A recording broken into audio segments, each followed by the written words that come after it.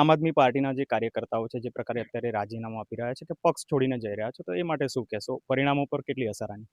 આમ આદમી પાર્ટી ગુજરાતમાં 6,000 જેટલા ઉમેદવારો અમે ઊભા રાખ્યા છે. ત્યારે આ વિસ્તારમાં એક સીટમાં 3-3, 4-4 દાવેદારો હતા. એટલે અમે બધાને વિનંતી કરી કે ભાઈ પાર્ટી સિમ્બોલ પર ચૂંટણી લડાય છે.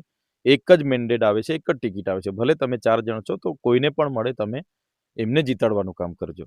પણ કેટલાક લોકો ટિકિટ અમને જ મળવી જોઈએ, અમે જ ચૂંટણી લડીએ એવી અવસરવાદી લોકો કેટલાક હતા, એમને ટિકિટ ના મળવાથી એ લોકો નારાજ થયા છે.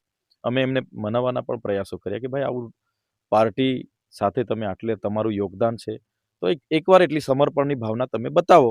તમને આવનારા દિવસોમાં સંગઠનમાં જ્યાં પણ તમારી ઈચ્છા હશે ત્યાં અમે કરીશું. તો કેટલાક લોકો નારાજ થયા, રાજીનામું પણ આપ્યા. પછી પણ ફોન કરીએ છીએ, અમે વાત થાય છે. આવનારા દિવસોમાં પણ એમને સમજાવવાના પ્રયાસ કરીશું.